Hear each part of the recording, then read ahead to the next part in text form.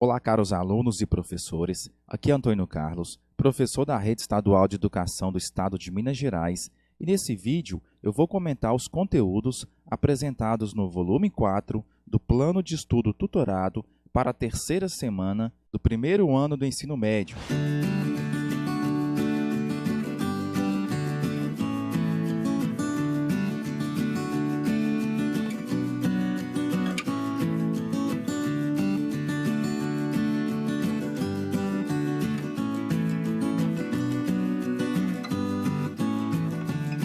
Pessoal, se inscrevam no meu canal, ative o sininho da notificação, deixe sua curtida e também o seu comentário com a sua dúvida se você tiver.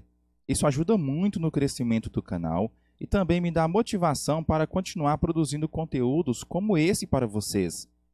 Vou pedir também para você compartilhar esse vídeo para seus colegas, para que possamos levar essas informações ao máximo de estudantes em Minas Gerais. E assim, eles conseguirão entregar as atividades para seus professores e garantirão a sua aprovação.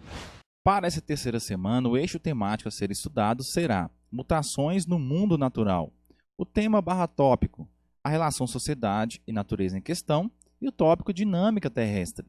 A habilidade, caro aluno, que vocês irão absorver com esta aula será explicar os fenômenos relacionados à litosfera, hidrosfera e atmosfera. O conteúdo relacionado a esse tema é a formação e composição da atmosfera terrestre. E só lembrando que nós temos aí conteúdos e habilidades interdisciplinares, com outros componentes curriculares. E com essa habilidade você vai então desenvolver competências específicas nas áreas de ciências humanas e sociais aplicadas lá na ABNCC, de número 3, que vai pressupor que vocês sejam capazes de analisar e avaliar criticamente as relações de diferentes grupos, povos e sociedades com a natureza e também os impactos econômicos e socioambientais, com vistas então à proposição de alternativas que respeitem e promovam a consciência, a ética socioambiental e o consumo responsável, tanto em âmbito local, regional, nacional e global. Bom, o tema da aula de hoje será clima. Com esta aula, vocês vão analisar e entender os conceitos relacionados ao clima, o tempo, as zonas térmicas, para que possamos entender como que funciona a dinâmica atmosférica. E isso também desenvolver uma maior consciência da intervenção do homem no meio ambiente em que vive. E também compreender como o clima e o tempo interferem no planejamento das atividades humanas. Então, diante disso, vamos a alguns conceitos importantes relacionados ao tempo e o clima. Bem, nós costumamos ver comumente os termos tempo e clima para designar o mesmo estado atmosférico. Porém, tempo e clima são elementos que são diferentes, se complementam na descrição do ambiente atmosférico, mas refere-se a termos diferentes dentro do conceito geográfico. Associá-los como sinônimos é um equívoco. O tempo, por exemplo, o tempo corresponde ao estado momentâneo da atmosfera, né? Já o clima é um estado mais duradouro do ambiente atmosférico. Em relação ao tempo, nós temos a situação meteorológica de um lugar, onde nós analisamos a temperatura e a umidade naquele determinado momento, sujeito às variações. Como, por exemplo, quando uma pessoa pergunta como está o tempo hoje, ele pretende saber se está frio ou quente, seco ou úmido, chuvoso ou ensolarado. O tempo é, portanto, uma condição atual da atmosfera, que pode mudar de um instante para o outro. Por exemplo, de manhã pode estar frio e à tarde pode esquentar, e vice-versa. Então, as variações da temperatura, umidade relativa do ar, pluviosidade, são responsáveis pelo dinamismo das composições meteorológicas, portanto, mudanças do tempo, que pode variar durante o mesmo dia. Já o clima, que corresponde àquela situação duradoura da atmosfera, equivale a um conjunto de situações que acontecem na troposfera, que é a primeira camada da atmosfera. E a sucessão de tempos é que vai designar o tipo climático de um determinado lugar. Isso durante um período maior, geralmente próximo a 30 anos de estudo. Portanto, apresenta um certo padrão geral das condições meteorológicas, das variações de temperatura, umidade, pressão, dos ventos, entre outros fatores e elementos climáticos, que vai designar aquele tipo climático. Quando alguém diz, por exemplo, que Minas Gerais é um estado muito quente, e com períodos úmidos e secos, refere-se ao clima daquele estado, que nós conhecemos que é o clima tropical, né? Contudo, ao longo dos dias, podemos observar tempos que vai diferenciar esse tipo climático. Nem sempre vai ter, então, dias com a temperatura maior, representando um tipo climático quente, ou períodos úmidos e secos. Nós temos as variações de tempo representando as condições meteorológicas do nosso estado. As zonas climáticas. Nós sabemos que o planeta Terra, caros alunos, possui uma forma aproximadamente esférica. Com isso, nós temos então uma situação bem particular, que é a incidência dos raios solares, que não ocorre da mesma maneira e com a mesma intensidade. Muito pelo contrário, nós temos uma divergência, né, de como que esses raios solares chegam na superfície terrestre. Um dos fatores mais significativos na determinação e localização dos diferentes tipos climáticos é a distribuição da temperatura sobre o globo terrestre. Nós temos aí situações que vão levar à caracterização de 5 zonas climáticas, ou também chamadas de zonas térmicas, que são faixas de terras com as temperaturas semelhantes. Nós temos aí as linhas imaginárias, que são os paralelos, que vão dividir a Terra em 5 zonas. Por exemplo, as zonas polares, temperadas e intertropical, tórrida ou também chamada de tropical. E as distâncias entre esses paralelos, que é medida em graus, que vão então conceituar essas zonas térmicas. Por exemplo, a zona polar ou glacial, tanto no hemisfério norte quanto no hemisfério sul, está localizada no círculo polar ártico, até o ponto de 90 graus ao norte, e o círculo polar antártico até o paralelo de 90 graus sul. Nas regiões polares, os raios solares eles incidem de forma muito inclinada e com baixa intensidade. Nesse sentido, a radiação solar, ao chegar na superfície, ela vai então incidir de forma horizontalizada e com isso então vai ter uma menor absorção da superfície.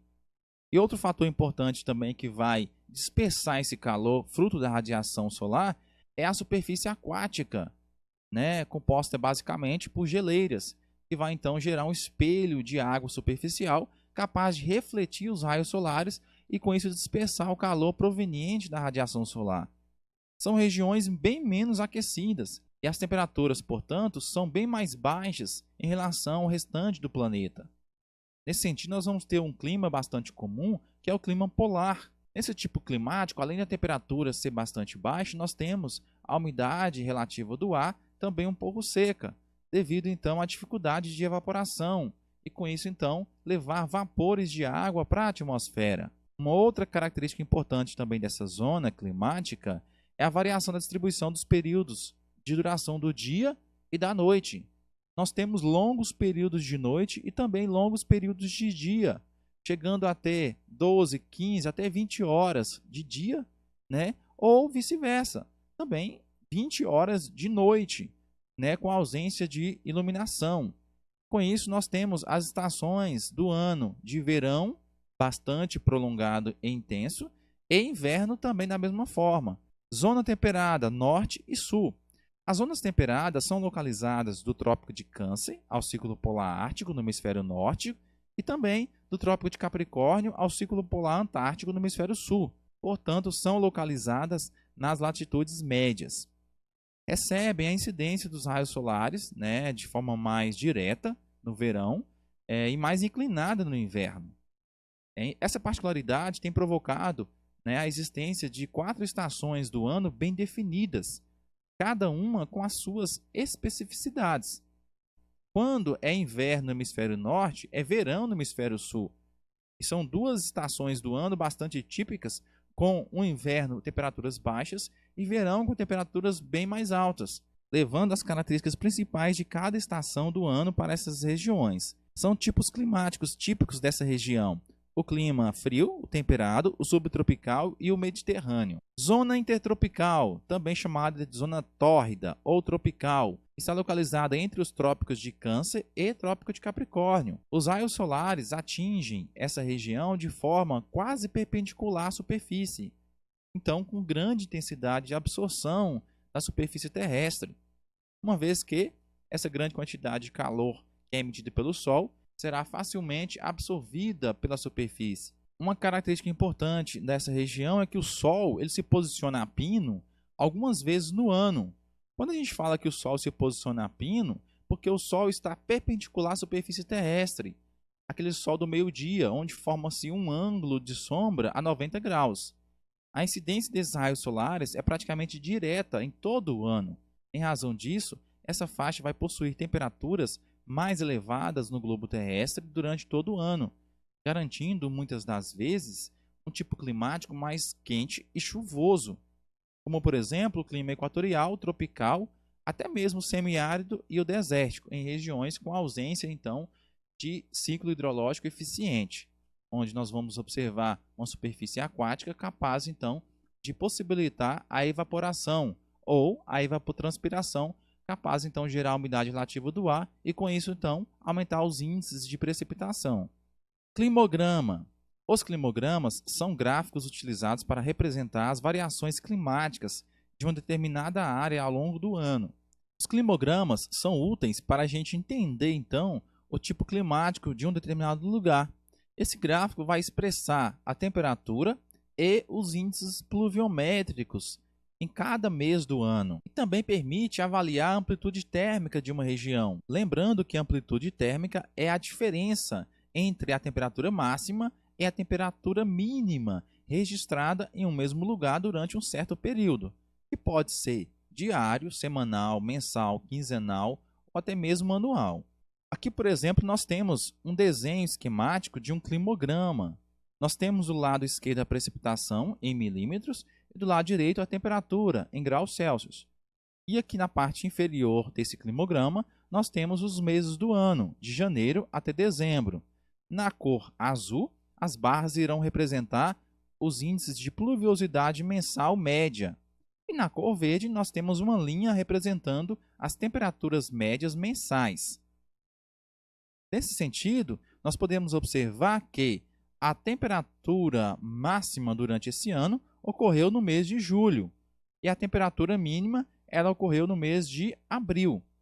Por outro lado, em relação à umidade e às precipitações, nós tivemos aqui no mês de outubro o maior índice pluviométrico, com maior índice de chuva, chegando então mais de 80 milímetros de chuva. Já no mês de julho, nós tivemos então um baixo índice de precipitação, com apenas aí 30 milímetros de chuva nesse mês. Caros estudantes e professores, esse foi o vídeo explicativo dos conteúdos apresentados no volume 4 do Plano de Estudo Tutorado para a terceira semana do primeiro ano do ensino médio. Meu agradecimento por ter curtido e compartilhado esse vídeo. Meu forte abraço e meu muito obrigado.